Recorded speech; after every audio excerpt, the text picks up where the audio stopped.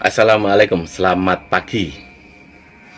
Ini saya menemukan satu video sang pembela nasab Habib Wafi. Ini dia videonya. Tuhan itu bukan Kristen berarti. Jadi Pak Ustadz telah pengikut Kristus. Iya, saya itu pengikut Kristus. Makanya ketika Yesus mengatakan bahwa dirinya diutus oleh Allah dan dialah satu-satunya Allah yang benar, maka saya percaya bahwa hanya Allah satu-satunya Tuhan yang benar. Itu namanya pengikut Kristus. Kalau ada orang yang menuhankan Kristus, berarti dia tidak sedang mengikuti Kristus berarti. Ketika Yesus mengatakan akulah jalan kebenaran dan hidup, tidak ada seorang pun datang kepada Bapa kalau tidak melalui aku. Pak Ustadz yakin? Betul, saya setuju itu Mas Petra. Akulah jalan kebenaran dan hidup, kata Yesus. Tidak ada yang sampai kepada Bapa kecuali harus melalui aku. Itu saya benarkan. Jadi itu Pak Ustadz di mana? Ya, bahwa semua Bani Israel ketika Yesus diutus menjadi seorang nabi, maka tidak ada jalan bagi mereka untuk sampai kepada agama Allah kecuali melalui Nabi Isa atau Yesus Kristus. Sama seperti sekarang, tidak ada jalan kebenaran dan hidup kecuali melalui jalan Nabi Muhammad SAW. Seperti itu Mas Petra. Oke, kata Pak Ustadz tadi bahwa Pak Ustadz percaya mengikut Kristus. 1 Korintus 15 ayat 3. Itu Pak Ustadz percaya. Kristus telah mati karena Dosa-dosa kita. ya iyalah. Kristus itu kan akhirnya tewas. Kan dia akhirnya kan disalib kan. Disalib lalu Allah selamatkan dia. Gara-gara apa? Gara-gara pekerjaan Bani Israel. Nabi Yahya dibunuh oleh Bani Israel.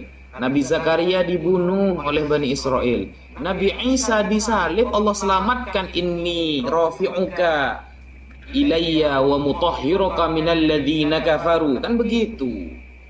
Tapi jangan salah bahwa Kristus telah mati karena dosa-dosa kita. Pak Ustadz percaya bahwa Kristus telah mati. Iyalah, Kristus itu pasti mati. Berarti Pak Ustadz, Yesus adalah sudah mati karena dosa kita. Nah, iya, semua orang yang di dunia ini pasti mati, Mas Petra. Sama, Kristus juga pasti mati. Tapi dalam penebusan dosa manusia. Semua para nabi itu datang untuk menebus, bukan menebus, ya.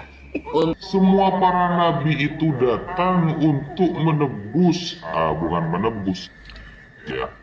Untuk apa ya? Bukan menebus. Kalau menebus itu sebenarnya salah loh, arti menebus itu. Itu LAI itu salah terjemahan sebenarnya. Bukan menebus, tapi menghilangkan dosa dengan mengajarkan ajaran yang benar. Seperti itu sebenarnya. Tapi di sana telah menebus. Iyalah, cuma baca terjemahan sih. Bahwa Kristus telah mati karena dosa-dosa kita. Amin. Semua mendengar ya, yang di bawah ya. Tapi karena dosa-dosa kita. Haleluya. Ini salah satunya. Ini gambaran dari seorang Habib. Ini dia videonya. Kita tidak dikenalkan oleh Nabi SAW dan Al-Quran tentang Yesus. Kita dikenalkan Nabi Isa. Nama Yesus saya tidak pernah temukan dalam hadis Nabi SAW. Tidak pernah kita temukan dalam ayat Al-Quranul Karim. Allahu a'lam, apakah ada kalimat Yesus diucapkan oleh Nabi Muhammad? Saya nggak pernah dengar. Maka kita tidak perlu kita bahas tentang Yesus ini. Karena Nabi gak kita dengar menyebutin, Al-Quran tidak kita dengar menyebutin. Wah, ada apa kita ribut siapa Yesus ini? Gitu.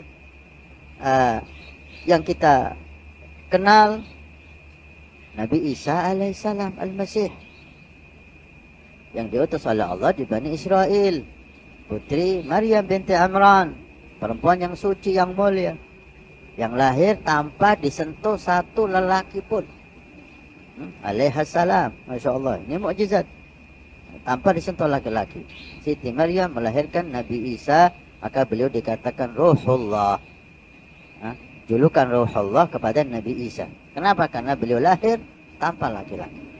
Tentang Yesus yang dimaksud oleh agama Nasrani, siapa dia? Apakah itu Isa? Apakah itu ada sosok lain bukan Nabi Isa yang kita yakini, yang dianggap menjadi Tuhan atau menjadi anak Tuhan? Allah, itu hak mereka, agama mereka. Kita tidak bisa menyampuri agama orang lain. Nah, entah itu sesungguhnya Habibnya ini tahu persamaan antara Isa, Yesus. Entah dia tahu atau tidak, jawabannya agak melintir, ya kan? Sebenarnya nggak begini jawabannya, harusnya gitu loh. Kata-kata Yesus Kristus itu di Indonesia saja itu banyak penafsiran. Ada yang menganggap itu sama dengan Isa, ada yang tidak. Di Islam pun begitu, pemahamannya sampai sekarang seperti itu. Bafi ini jago ngeles, tahu nggak? Kata-kata dia itu misalkan ada yang salah, lalu dia ngelesnya dengan mengalihkan hal yang lain, dalam artian apa, kata-kata itu membenarkan katanya dia yang salah itu gitu loh. Bafi ini suka ngeles, makanya Bafi ini tidak dipercaya oleh Robitoh Alawiyah untuk debat dengan Kiai Imad. Pihak Kiai Imad kan jelas mintanya kalau kamu debat dengan Kiai Imad, bahwa itu tanda tangan Robitoh Alawiyah kalau kamu tuh mewakili RA, itu nggak bisa didapatkan oleh Bafi. Dan Bafi orangnya begini kok. Saya tuh pernah nonton ya debat dia itu di TikTok. Dia tuh kalah sesungguhnya gitu loh. Tapi yang bukan ini, sinyalnya mati, off gitu kan. Padahal tuh live. Lalu dia muncul lagi dengan alasan sinyalnya terganggu. Padahal saya yakin tidak, karena saat itu dia tuh sudah salah kata. Dan di sini juga sama. Kata yang bisa ditafsirkan orang dengan hal yang lain itu bisa. Di kalangan Habib yang dia puja-puja saja, pemahamannya begini.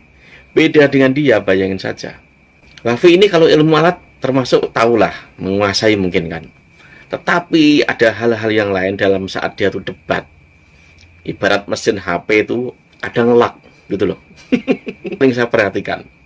Saya nggak bahas soal pemahaman bahwa di Islam itu Yesus itu bukan Tuhan. Semua orang Islam tahu Yesus itu bukan Tuhan. Tetapi ada hal-hal lain di pola-pola atau cara Wafi itu debat. Ya seperti itu, banyak celah. Itu menandakan dia banyak kelemahan di situ. Tapi kalau di TikTok, wow, jumawanya. Dan selalu ditutupi dengan kata-kata pembenaran untuk membenarkan kata-kata dia.